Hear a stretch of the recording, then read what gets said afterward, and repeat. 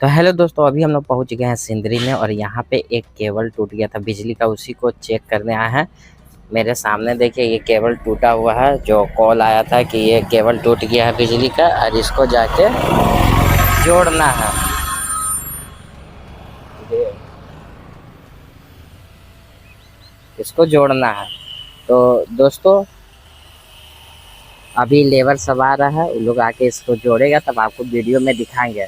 दोस्तों आप मेरा वीडियो कहाँ से देख रहे हैं कमेंट करके जरूर बताएं, मुझे लाइक फॉलो शेयर जरूर करें।